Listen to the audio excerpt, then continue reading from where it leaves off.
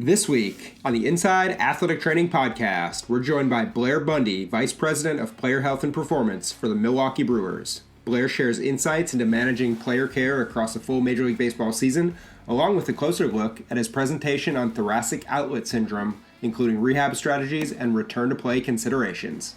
Enjoy the show. All right, Blair, welcome to the Inside Athletic Training Podcast. Excited to have you on. We're going to get into your presentation from the Baseball Team Medicine Conference last month in a couple months ago in Arizona here pretty soon.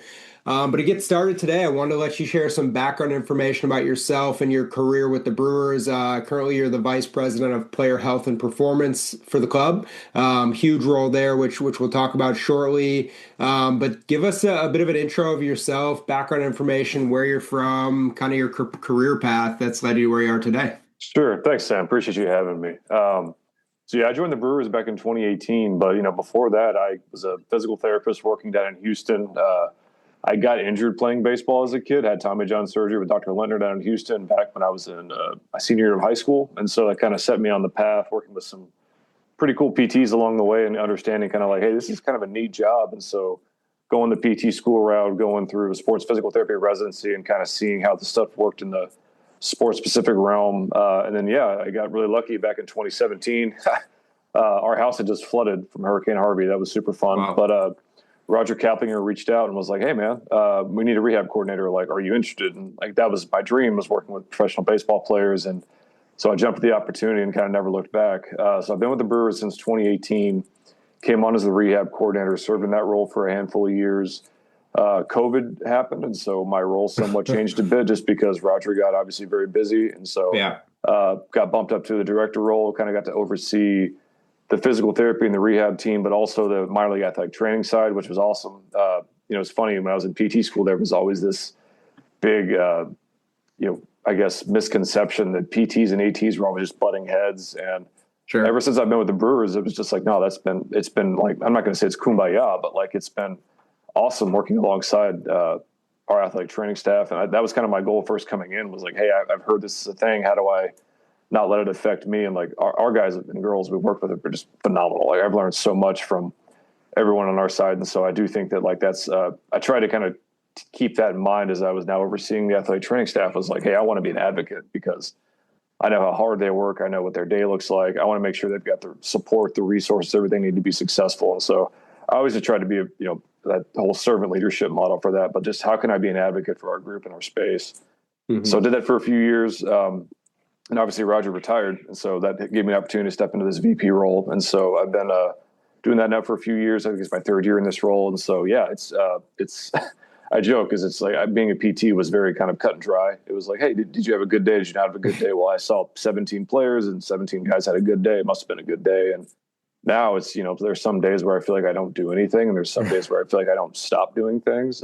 It's very different how the role works, but it's been good. We go overseeing kind of our major league and minor league health department, performance psychology, nutrition, strength conditioning on the major league side, just trying to do everything we can to basically create the right environment for the high performance staff to really support our players and keep everyone on the field healthy and performing. So.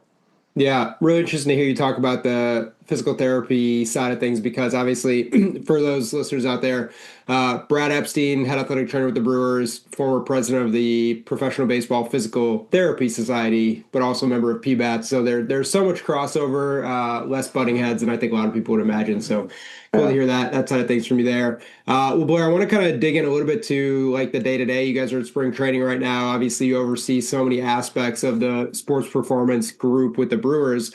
What's your day-to-day in terms of working with the athletic trainers? So Brad Epstein, Lee Meyer, Nick Jensen, other guys and women out there. Yeah. What's that relationship like out at spring training?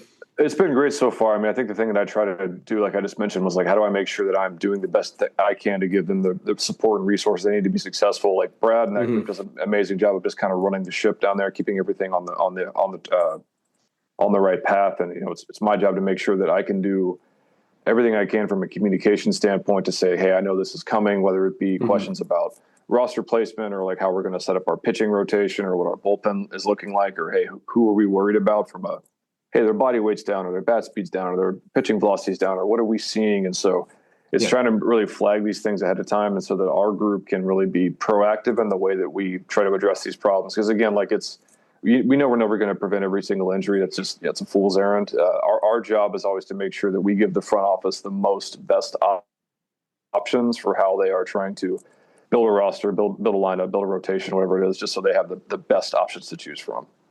Yeah, no, that makes total sense. And obviously it's a very cohesive group, and leading the charge communication wise has to be, of utmost importance for what you do every day. When it comes to the season, regular season gets underway. Talk about where you're located, what your day-to-day is like. Do you get up to Milwaukee? What's that kind of that aspect of some of your position?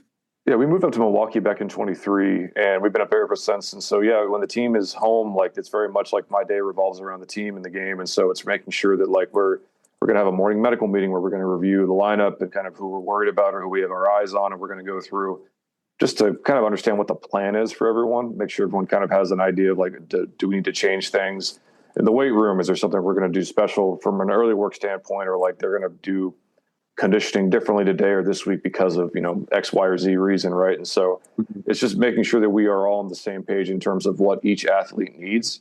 And then from that point of view, I kind of get to serve as the translator between the things the front office is concerned about and the things that, like, we are seeing on the more the training room side, the weight room side. And so that's really kind of where I get to live between those spaces, which is kind of a unique role. And it's kind of, so I don't really get labeled as a front office guy. I kind of get to avoid that label sometimes, and I can still kind of work downstairs with the athletes and the training staff, the medical staff, the HP group. And so it's a unique space to live in from that point of view, because you get to kind of see both sides of it. But ultimately, it's just like my goal really is trying to make sure that everyone is on the same page. And, at a certain time, there becomes a point where you have to make decisions, or who has to have the decision rights for this particular instance. And that's where I kind of have to, like, say, okay, here's what we were going to do. But that obviously goes a lot with, like, trusting my team with Brad, speaking with our athletic or weight room staff with Jason Meredith, like, kind of going through our group, getting everyone's input and getting a sense for, hey, like, what makes the most sense here, and how are we going to kind of strategize around this? Yeah, no, definitely a interesting group of people that you're working with, and like I said, your hands on so many different areas of the club. It has to be extremely stressful, but very fulfilling. Especially when you guys have a year like you had last year, and a lot of 100%. Expectations this year. Yeah, no, it's been good. Like that thing for me is, like, I didn't go to PT school to end up in this role, right? I just kind of I'm very fortunate that I'm in this position now, and it's obviously very different than what I was trained in. But, when you're functioning as a therapist, you get a sense for, like, hey, I have a certain tool set or a skill set I've developed to solve problems and be creative in how I potentially build programs or, provide manual therapy techniques or whatever. You get to kind of have a creative outlet in that role. And, when that gets taken away, you got to figure out, okay, like, in my current role, how do I scratch that itch? And so it's really understanding the ins and outs of the roster construction standpoint, and the way that we as high performance staff can really kind of say, hey, how do we add value here? Like, how do we make sure that we're viewed as an asset, right? Not a liability in the organization. Sure. Yeah. And shifting gears a bit here, Blair, you talked about everything that goes into your role, being an asset, adding value. Recently you spoke at the baseball team medicine conference to educate, athletic trainers, add a ton of value to them. And your presentation was on thoracic outlet syndrome, return to play guidelines there. Something I'm sure you've had a ton of experience with, and a lot of our listeners probably have as well. To open it up about the presentation, what was your main goal? Speaking to a very distinguished group there, medical professionals throughout the country, athletic trainers, physical therapists. What was your goal when you opened up a presentation about thoracic outlet syndrome? Yeah, really, it was more about, like, how do I help people not make the same mistakes I made? Because I don't think thoracic outlet syndrome is a diagnosis or something that's, like, easy to manage. You think about the things that we're very comfortable doing, and for me, it was like, I could do a Tommy John rehab in my sleep at this point. We've done so many of them through the years, and this is one of those where, like, they're not black and white. And it was funny because Roger had asked me to come and talk about this, and I'm like, really? Like, these are the cases that you and I have talked about on the phone where, like, I've been calling you, like, dude, what do I do? This is I don't understand this. And we've had some very unique cases here. And so it's a tricky thing to manage, I think. And the way it presents, the way that you think about a treatment strategy, if it's post-op or non-op, I mean, there's a lot of nuance there. And so my goal was just to make sure, hey, how do I equip other staff members or other clinicians to best serve these athletes, because again, like they are not straightforward cases typically, unless you have the guy who wakes up with like the big swollen arm, which that's kind of straightforward, I would say. But even the rehab gets tricky after that. So I do think that like there's a lot of nuance in these cases. And so I just want to try to do as best I could to help everyone establish somewhat of a framework to work through these cases, because they really do kind of challenge you on a day-to-day basis. Yeah, and it was great to hear you speak in person there. But then reading through the presentation again, leading up to our conversation, you talked about, you said this isn't very straightforward, but is the only straightforward piece kind of the anatomy? And can you kind of expand on what that looks like for those that aren't familiar?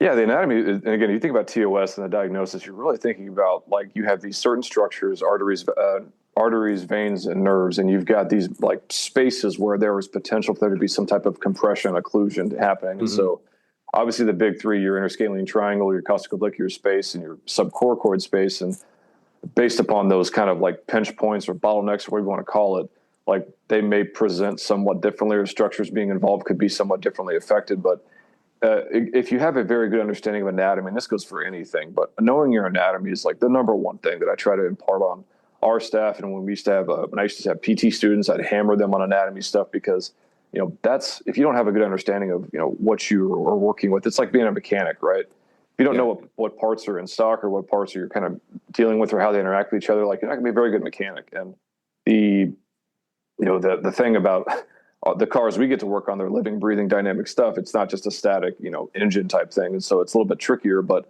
understanding just your basic building blocks of anatomy is huge with these cases in particular, just because of the fact that like, it tends to be really drawn back to these kind of three different spaces. Yeah, very true. And it seemingly incredibly common. I think a couple of names I remember: Matt Harvey, Chris Carpenter, Zach Wheeler, guys that have dealt with this issue. When you are in a position to identify what's going on, you mentioned big swollen arm. Hey, this is what we're dealing with. Many times not as clear as that. What are the kind of the mechanisms of the injury, how this can start, and what you guys do to kind of prevent that? Sure. I think a lot of it too is like, we know that from an early detection standpoint, the earlier we can detect this, the better our outcomes tend to be, especially if we're doing this at a non-operative standpoint, not having to have someone go under the knife and then lose even more time. And so the better we can get at the early prevention piece of it, is it gives us the best chance to have a positive outcome. It's tricky though, because again, these present like a lot of other pathologies do, and you may have symptoms that start in the neck. You may have symptoms that start more like muscular. You may have things that present almost like an ulnar neuritis in the elbow. And so it doesn't tend to be your first line of thinking in these cases. But I think the thing that I have learned is when we send so many guys to Meister nowadays for second opinion. Meister's great about the fact that he'll bring Pearl in all the time now. Dr. Pearl over in Dallas, he'll bring him in on these cases all the time just to say, hey, let's roll this out. And I think that's kind of influenced some of my thinking as well, is like, hey, if Dr. Meister, like one of the best to do it, is doing this, like, why am I not thinking along the same lines? And so it's trying to really make sure that like you don't lose sight of this and the earlier part of your diagnostic phases, because you want to make sure you're not just going really far down a path and committing to one thing and just ruling this out, where it's like, hey, this has to be in the back of your head almost all the time, especially with our pitching athletes. And so you got to kind of keep these things top of mind. And so it comes back to a lot of the stuff is based around, like we talked about, there's a very large anatomical component of this. And, we think about this through the lens of like posture and even just like their mechanics, right? And so you're going to tend to see these repeated patterns throughout the years in terms of how our players present. So they could have just basic things with their, their postural symptoms. We had the upper cross type concept where they had this kind of forward head, rounded upper back, tighter musculature in the back, weaker musculature, tighter musculature in the front, weaker in the back, potentially with some scapular dyskinesia. And so you're looking for these kind of repeated patterns in terms of how the athletes present. But I think that with the advent of technology and how much we are now tracking and have data to kind of back up what we're looking at, I think that's probably the lens I've done more of this through, is like, what kind of subtle alterations are we seeing in the way an athlete's throwing a baseball, whether that be biomechanical changes, whether that be like spin or like their release point, things that we kind of can actually quantify now. That has been something where I've tried to bring the information in earlier, because yes, like how they look and how they move and how they test on a table is definitely a huge piece of this, but also how they choose to do their job, how they choose to move in space is going to give you clues as to like, hey, like there's something going on here. We should be looking into this. And so it's trying to really marry those two concepts in the same way. But Yeah, I mean, obviously you want the athlete who's going to have the really positive, like red flashing light of like, hey, I've got nerve tension, right? Hey, I've got this, like my hand is starting to go numb. I've got these fingers that are kind of like losing sensation. Like, of course, like you want that's the case you want because it's going to be like, hey, light bulb, there it is, right? We're going to Yeah. go after this. But for the most part, it tends to be stuff that's not, it could be something as simple as like they've got this posterior shoulder ache. They've got some postural changes. They've got some scapular dyskinesia. And maybe their velo's down. And like you look at that and you're like, okay, well, I got to rule out the cuff, the labrum. I got to rule out a lot of things kind of in the shoulder first. But that's been the big thing here is like, you got to keep this stuff in the back of your head because I think I heard Mike Reinold talk about this a long time ago, but this probably sees us a lot more than we see it. And so it's just kind of making sure that your clinical suspicion is always high with cases like this. Yeah, and when you talk about that suspicion, it's got to be difficult because, as you said, these symptoms could present for a number of different issues. One thing I thought was interesting within your presentation was kind of the metrics and data that you're tracking to ensure you're not missing this stuff. You talk just like zone percentage, decreasing command, lowering of release point, decline in spin rate. That could mean a number of things. So Sure, yeah. how do you guys go about, I know you're going to dig in everything, like you mentioned with Dr. Pearl, Dr. Meister, you're going to rule things out. Where do you even start if this isn't on top of mind for what things might be as they present? Yeah, I mean, I think that's the thing is you see this sometimes and it could almost be viewed as a performance issue, not a medical issue, right? Because you're starting to see like, hey, their mechanics are changing and they all of a sudden they lose command of pitches or they all of a sudden start throwing a pitch a lot less. But they're not coming to the training room. They're not necessarily telling you, hey, something's going on. So you don't, other than your basic, hey, let's get a pre-throw stretch or like we're doing our testing as far as like, let's look at your cuff or your shoulder that we try to track throughout time. They may not be coming in there and talking to you about this type of thing. Now, again, I think that's like huge credit to Brad and the guys downstairs is they've done a really good job of having a welcoming, open environment where guys will come in and get worked on all the time. And so those conversations are ongoing, but at the same time, like they may not be giving you a lot of information. So it may be stuff you're having to pull from the stuff that's captured on field. And again, that's where you start to see these performance declines and that starts to kind of set up some flags. It's like, hey, why is this happening? Right? What do we as a performance staff or a medical staff need to kind of like start looking at? Are we seeing anything else on our end that we're tracking regularly that's going to potentially lead us down a certain path? And then at a certain point too, that you don't want to like put this in a player's head, right? If they don't have symptoms, they don't have pain, they don't have numbness, they don't have these things going on. And you start talking about this, like, you got to be careful with how you even start to have that conversation because, worked with a lot of pitchers throughout the years and like, pitchers can sometimes kind of get in their heads at times and you don't want to necessarily give them a reason to do that with these cases. And so sometimes it's just talking to the pitching coaches and making sure that you're getting a sense for, hey, what are you seeing? Like, what are you hearing when they're bullpen sessions or whatever else? Like, what information are they giving you? And so you get a chance to kind of play detective with your coworkers that way. But that's the big thing is just understanding, I think, when you start to see these subtle changes, what's causing it and trying to get to the bottom of that. Is it fatigue related? Is it something where it's truly like they are trying to, they're trying to be more deceptive with a pitch. They're trying to learn a different pitch. They're trying to kind of do some more like pitch design type things. Is it a planned change or is it like a consequence of something they're working with on the performance side, or is it just like, hey, this is happening and no one really seems to understand why? So it's really getting a sense for like, hey, let's try to explain this as a group and come up with a plan that way. But yeah, and then again, from there, it's like, this has to be your differential. Yeah. And you talked about additionally kind of the non-operative care, but first establishing a diagnosis, which we said could be challenging. I thought it was interesting how you talked about, normal conservative care for any shoulder elbow ailment would also be good for non-operative care for this issue. What's different that you would be focusing on when you compare the two?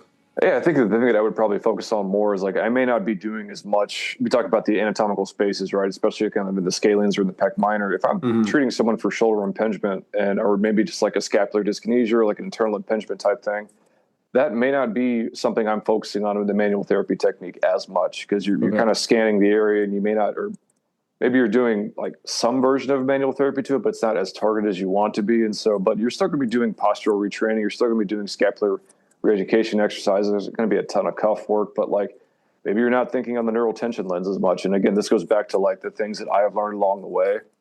When I would stretch an athlete, like I would scan neural tension stuff and it was just part of my basic pre-throw stretch. And the reason being is like, I just wanted to understand like quickly, like, how is this presenting today? Like, is this an issue?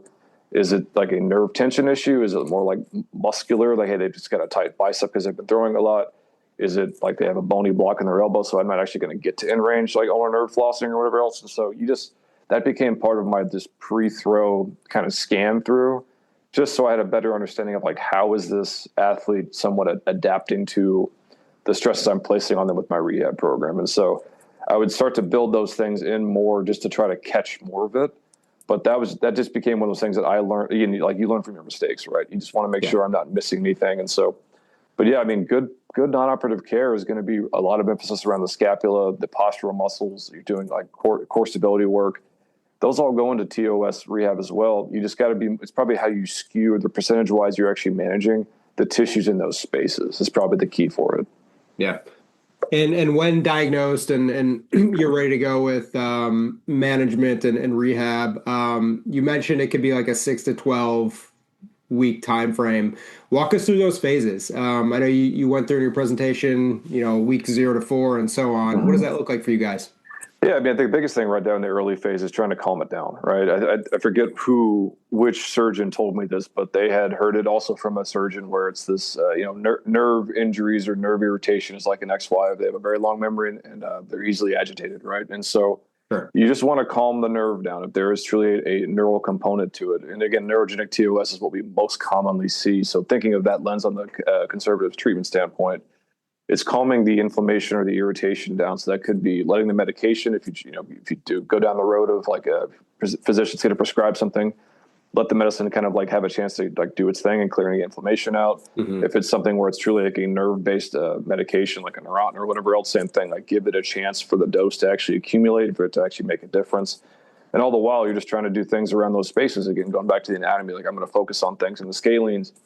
Is this a time for me to work on potentially like breathing patterns, and they could have more of a chest or a neck breathing versus diaphragmatic breathing. This is also a really good opportunity to kind of work with bring in your colleagues in the psych space to get a sense for like, is there some underlying anxiety components related to this case? Because I think that's something that gets ignored in these cases a lot, is the psychological aspect of it. And so we have a very good performance psychology team, and we try to lean on them quite frequently, but like especially in cases like this, because this is a diagnosis that is kind of not easy to manage. You think about the things that you don't want to be labeled as a pitcher in baseball, injury prone being one, kind of yipped up being another. But, TOS is kind of a gnarly one to kind of get as well, because it's not as straightforward. I think players understand it's not a straightforward diagnosis as well. So bring your psych staff in early on, and that part is also a really good way to kind of help try to down regulate what's happening.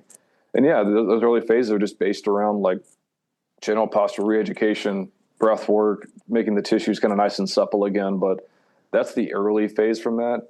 And from there, like once you've kind of reestablished a good baseline, you're going to start to add load, right? You're going to start to kind of go through your exercise progressions where you're thinking about, how do I make these muscles stronger, potentially have better endurance in certain positions? How do I prepare them for the task we're about to undergo from that point of view? Which again, that could be, just 2 weeks there, go from that, that 5 to 8 week mark. You're trying to kind of like go from that lens. But again, it's all your basic exercise that everyone should kind of have a good understanding of, is your low load scapular stabilization work, your cuff work, starting in neutral, going up to 90. You're trying to kind of put them in good positions to have success when they put a baseball in their hands. Yeah. And from that point of view, after that, you're just going to start to basically add the plyometric phase, get into a throwing progression. And that's where you have to kind of see, did it pay off or not, right? Because again, you could be the best clinician in the world, but if the anatomy is the anatomy and they have a cervical rib, or they've got things where like, just no matter what, that structure's not changing. Right. You may have to call Dr. Pearl, Dr. Anderson, kind of say, hey, like, let's get a consult of the books here, because I got something I have not been able to manage. Yeah, and that's what I'm interested in hearing from you more is, late phases, I think you mentioned weeks 9 through 12, interval throwing programs. You're monitoring the data, biomechanical data, to understand were you successful or not. How long is that process from when you're into your throwing program, you're monitoring the data before you might not be confident that what you did was successful? How do you kind of manage that tricky window where it's like, we're throwing, we have progressed, but now we're, maybe plateauing or something like that?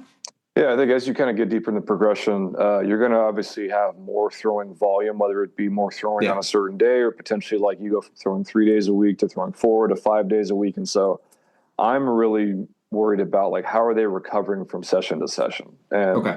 obviously you can a big part of how you like periodize this and like kind of build this out with your pitching coach. And we can talk about building throwing calendars for days, right? That's like every therapist has a very unique take on this, but that was always a big thing was like, as you start to add days or you start to add distance or volume, intensity, whatever, it's like, how are they recovering from the task they were given the day before? Yeah. And the symptoms start to creep back up. So that was a big thing for me. It was just simply like, are they recovering and making progress? Or am I starting to see, like you mentioned, that plateau phase? If they get in the plateau phase, I think you kind of give it a little bit of a chance. Like, can they work through it? But ultimately, like, at that part, you may be spinning your wheels, and it's time to at least kind of bring in an expert like Dr. Pearl, Dr. Anderson into the conversation. Yeah. Yeah, that's interesting. I'm sure depending on the time of year, Yeah, I'm sure. safety, Yeah. obviously, you guys have very difficult decisions to make. I remember seeing your decision time slide on your presentation. It was like games or surgery. Yeah, it's like which way, Western man, right? So you have to make a Exactly. choice, right? Mm-hmm. And I think And that. Go ahead. Sorry. yeah, talk about those, how you make that choice. I mentioned time of year, maybe Mm-hmm. competitive games you're playing in, Yeah. pressure from all different angles. But for you as a professional in your position, how do you make that choice? Obviously, with safety of the player coming first. Sure. Ultimately, at the end of the day, like if I feel like that I'm unable to, like I'll go back and audit my treatment plan and get a sense for like what am I missing? Am I not thinking this through all the way? I'm going to lead Yeah. my colleagues here. I'm going to get a sense for like, am I programming this the wrong way? Am I doing too much of a certain thing or not enough of another thing? I'm going to go back and really critically think and dive into like my own treatment plan. But from that point of view on, it's like, then you're going to probably say, hey, let's get another set of eyes on this. Like, just let's talk to an expert here and get a sense for like, do we think that our plan, because I want the athlete to feel like they have ownership here. I want the athlete to feel like it's not my plan, it's our plan. Right. And so if we've kind of hit a stall, let's bring in an expert to the conversation and get a sense for like, hey, what are we missing?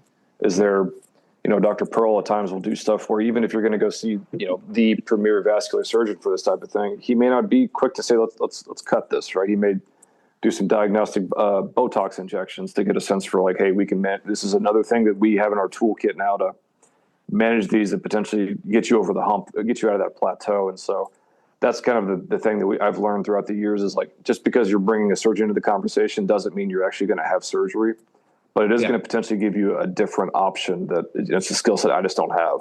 So that's kind of where I tend to look at it. And when you talk about bringing a doctor to analyze whether surgery is necessary, when you get to the point where yes, you confirm it is, talk about the surgical approaches that you shared in your presentation.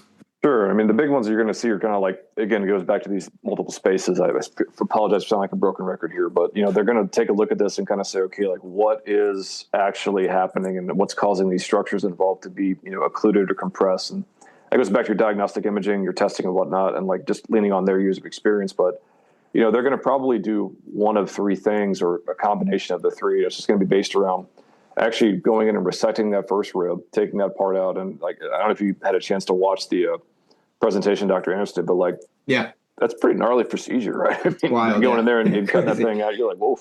And it's not as big as you think it is. That was the big takeaway for me was the space they're operating in compared to the pictures that were on screen. It's like there's not much room in there. 100%. Yeah, it's wild to be.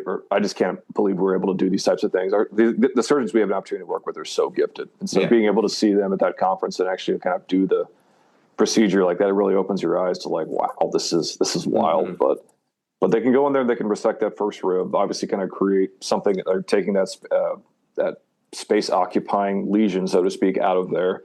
They can release the scalenes and scalenectomy, depending on if they want to do the anterior, even sometimes the metal scalene muscles. Again, trying to create some release along those muscles that could potentially like kind of compressing the brachial plexus area, and even going further down to the subcoracoid space, looking at that pec minor. So again, to like kind of like releasing that, letting it scar down and get some different tissue in that way as well. But those surgical, you're just trying to decompress these spaces, right? How do we create space in these different areas that potentially remove the occlusion and let the athlete kind of have more of a functional anatomy with the things that they're required to do? Those are the big three.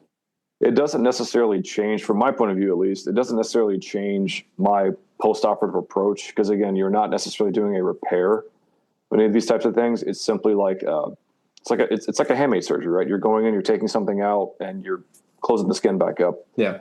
The thing that you are having to kind of work through from a post-operative management standpoint is that, hey, you've changed the anatomy, right? And there are a lot of different muscles that kind of connect around here. There's different force couples in play with like your pec minor, even your scalens, and how the breathing pattern works.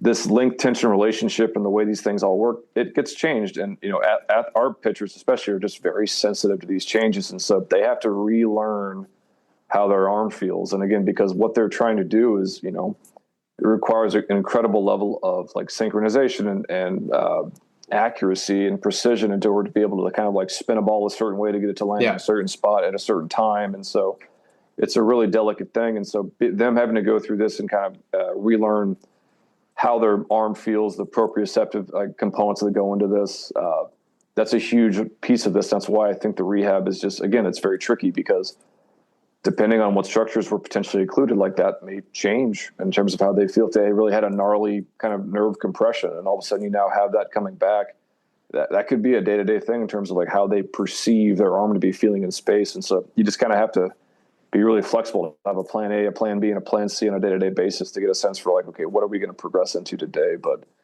yeah, it's not a crazy complicated surgery again, because you're just taking things out and potentially like kind of creating open spaces.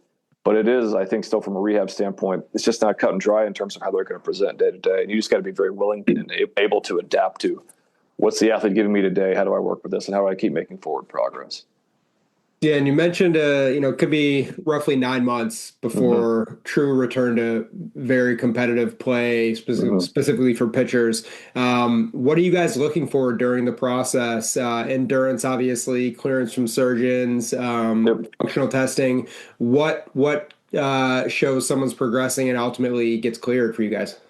I think the biggest thing is really going to be how they go through their throwing progression and get back into the mound phase, and how their stuff looks, and are they able to locate and everything else. And so that to me is the biggest thing, is like you're going to have your basic criteria to clear someone, which again is not that different than how you would manage a post-op Tommy John or a post-op cuff debridement or labrum repair. Like there's still your basic range of motion and kind of strength guidelines and criteria you want to hit. But at the end of the day too, it's like, do they have the absence of the symptoms that kind of brought them onto the surgeon's table? Do they no longer have the numbness and tingling? Do they no longer have the the kind of like dead arm feeling, or the cold hand, whatever you want to call it, like as their symptoms kind of gone away from that point of view.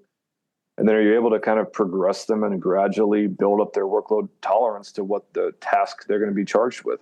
Starting pitching workload, relief pitching workload, like building out the end stage rehab to really match the demands of what their job is going to be. And that's the biggest thing, is once you kind of get into that mound phase and even the live BPs and whatnot, like how does the thing I always wanted to hear from an athlete, it was like, if they had a bad day in the mound phase, they were more pissed because, I just didn't execute my pitch as well, or I didn't feel my slider today. Not like, oh, my this is barking here, that my elbow's a little tight. Like like, if you're concerned about your performance, like in my mind, that's a good day, right? That means we're in the right track, because you're concerned about getting guys out again. So that was always big in my mind, is like hearing them say the right things where they're concerned about the performance aspect. That's huge. And that's again, where it's like, the rehab team and the coaches we work with are so good at what they do. And so really kind of handing them the reins during that phase of rehab and trusting them to kind of help the player get back in that performance mindset, that's key. And it's obviously like, that's what you want. You want to be like more of I just couldn't feel my slider today, or I couldn't execute, glove side today. Like, cool. Like we can work with that. Right. There's probably things we can do that potentially help you get glove side or help you kind of feel this more. But like at the end of the day, like that's a performance issue that you're concerned about, which makes me happy. Yeah, and that you mentioned that earlier in terms of the mental aspect, working with the psychology team and the mental health experts over there. But regaining, that true big stress, big pressure, competitive feel, that could be tough for an athlete after going through this whole process. How do you guys kind of work on that side of things, the mental side of getting back to not worrying about this, not worrying if, recurrence, or just feeling like yourself again? What's your process there? I mean, we just try to fold our side group into everything we're doing on the rehab space, right? We want to make sure they feel like they are part of the team at that table. I mean, I remember looking at this from like a pie chart standpoint, where if you think about how important is performance psychology to your organization? And in a healthy athlete, it may be a smaller piece of that pie, but in someone who's in the rehab process, it's the biggest piece, because unless they're on a long-term contract with a ton of financial security, like they're probably going to be a very high-stressed individual, just because they're going to worry about, am I going to be the same? Am I going to be able to get guys out? Am I going to keep my job? And so you want to provide them with the right resources. And so our psych group does an excellent job, I think, of kind of folding themselves into the rehab process, being a part of that team, being present and aware in terms of like how guys are progressing or what we're seeing. And it just goes back to communication, just to make sure that like we are flagging things early and often in that group, and they're doing the same and reciprocating with us in terms of what, hey, they may want to. This is really good, I think, where they've done a great job is helping us understand language that lands with the athlete, because not everyone hears the same words the same way, and not everyone wants to hear the same types of phrases. And so it helps us understand, hey, this is a big focus for them, so how do we re-emphasize this mindset during their mound phase? Or, hey, when we talk about this, whether it be like a recurrence or getting repeat imaging or whatever else, like that makes them super nervous. How do we communicate the results? Even informing our doctors in terms of how they have the follow-up visits, like, hey, just FYI, this guy has a lot of anxiety around this. Here's the kind of things that potentially do avoid saying, and like just trying to make sure we're doing our best we can to manage those anxieties around the player. But at the end of the day, again, I think that because we're able to measure so many things now, players love numbers, and they love to kind of see what what their plots look like and how everything's looking, and to kind of get a sense for how they were when they were healthier. We try to find video of when they felt best. And so we're always trying to kind of show them those pieces of like, hey, this is who you were when you were good. How do we get back to that? And just make them feel like they have ownership in that process. And so they do a great job, I think, in terms of trying to frame that around the athlete and give them a really, a sense that like everyone's kind of like, I don't want to say everyone's rooting for them, because that's just kind of a weird way to say it, but like, everyone is focused on the same mission of getting them back to providing like value on the roster. So that's a huge piece of it. Mm-hmm.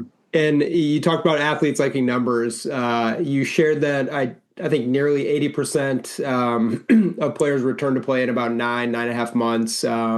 If you got back, wasn't a huge drop in performance. Is that something you talk to the athletes about who are experienced this before you get started on the rehab? Or are you going to tell them like, in most cases, this is going to be okay, you're going to get back to where you were? Or what's that process like, those early conversations, knowing that you have data that says about, 8 in 10 get back to where they were in about 9 months? Yeah, I think that's a really good thing to call out early on. And again, you want to make sure you're setting realistic expectations, right? We're not going to sit here and say, hey man, this is going to be a walk in the park, right? This is going to be a slam dunk. You're going to be out there throwing 95 again in no time, like no big deal, right? You want to be realistic and say, hey, just like, here's what we know, right? We referenced Dr. Chalmers' study in 24, like, when guys get back at this rate, about 80% return to play at the same level of performance, same level of, affiliated baseball. And even then, like, they're going to remain, it's not just like you're going to have this surgery and you're going to fall off a cliff performance wise. You're going to have probably a good lifespan of like playing after this. And sure, that's a big thing, I think, to try to emphasize, that they understand kind of what they're getting into, because ultimately, like, I'm not deciding if they're going to have surgery, right? Like, they have to make that decision. They'll talk to their parents, their agent, whatever else, but like, they got to make that decision. And my job is to help inform them, make the best decision they can. And so I want them to feel confident that, hey, we've chosen the right surgeon. We've chosen, you're going to have a really good, you're going to be in capable hands with a rehab team. I want them to feel like they're set up for success. But I do think that just being realistic in terms of the numbers that's the right thing to do. I don't ever want them to feel like they are in the dark in their rehab process.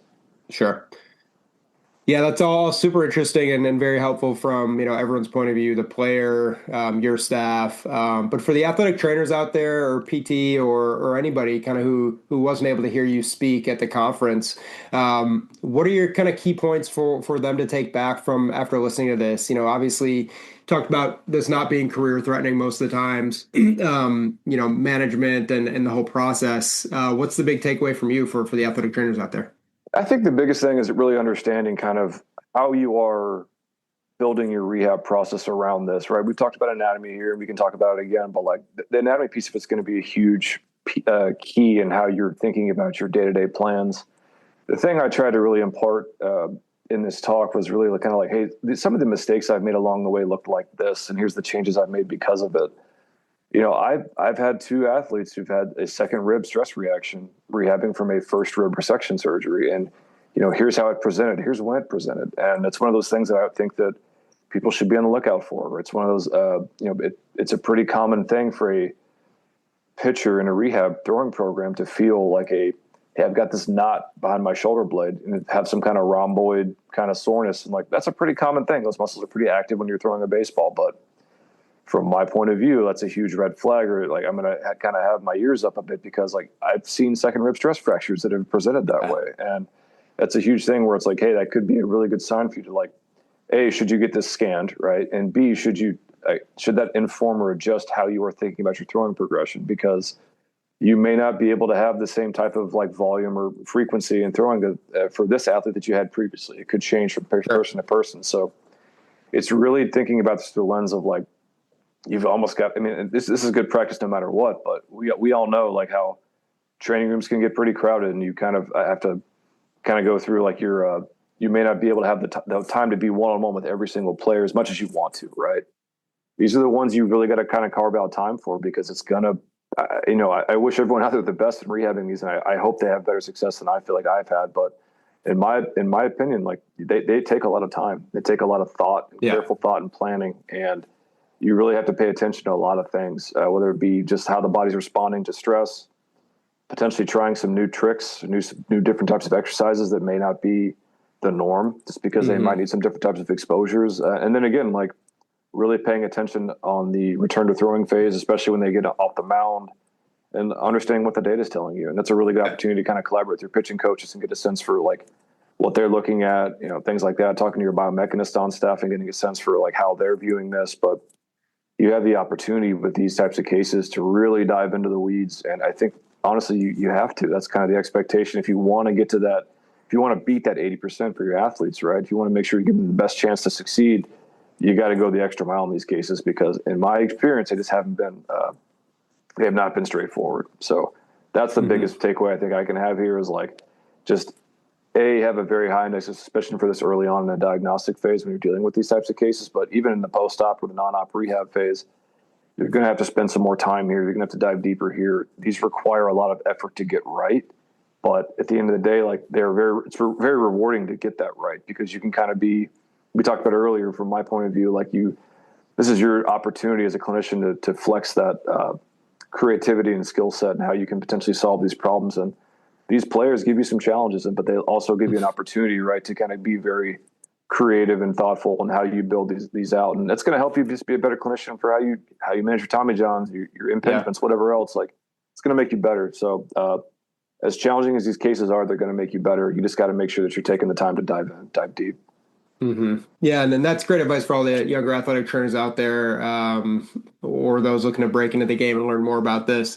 And we really appreciate you sharing that information. Blair, one more question for today. Obviously, spring training, you're in the thick of it right now. World Baseball Classic is underway as well. All eyes point towards opening day in a couple weeks here. What are you guys, you, Brad, Lee, Nick, everybody over there, what are you guys most excited about after coming off a really competitive, fun year for the Brewers last year?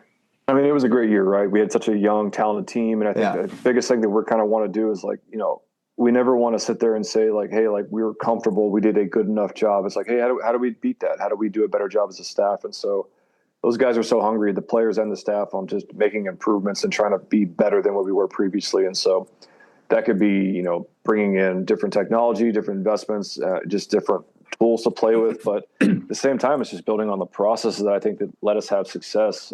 So a huge piece of this is just making sure that we are doing the best job as we can as a staff to collaborate with our pitching coaches, our hitting coaches, and just make sure that we are all aligned on the same page of how do we make sure we are achieving the mission of athletes being available to play. We want to put the best lineup we can out there every day to give ourselves a chance to win games. And, a lot of that's, the medical staff, I think this is the tough part, because if they're doing everything well, it looks like nothing's happening, right? Because players are just playing, right? But like right. those guys work the craziest hours in baseball. They're it's probably those guys in the guys in the equipment staff. Like they're probably the first ones in, last ones out a lot of times, and so they're working extremely hard. But like at the end of the day, I think our goal is to just do a better job. We never want to be comfortable, feel like we've got it figured out, because I don't think anyone does. So we're always trying to push ourselves to do the better job and do everything we can to support that mission of just like keep guys out in the field and performing at a high level. Yeah. No, that's great. And obviously wish you and the guys nothing but the best of luck, and appreciate you and your dedication to PBATS and athletic training and everything you guys do. So we appreciate your time today. Yeah, of course. Thanks, Sam. Appreciate you having me.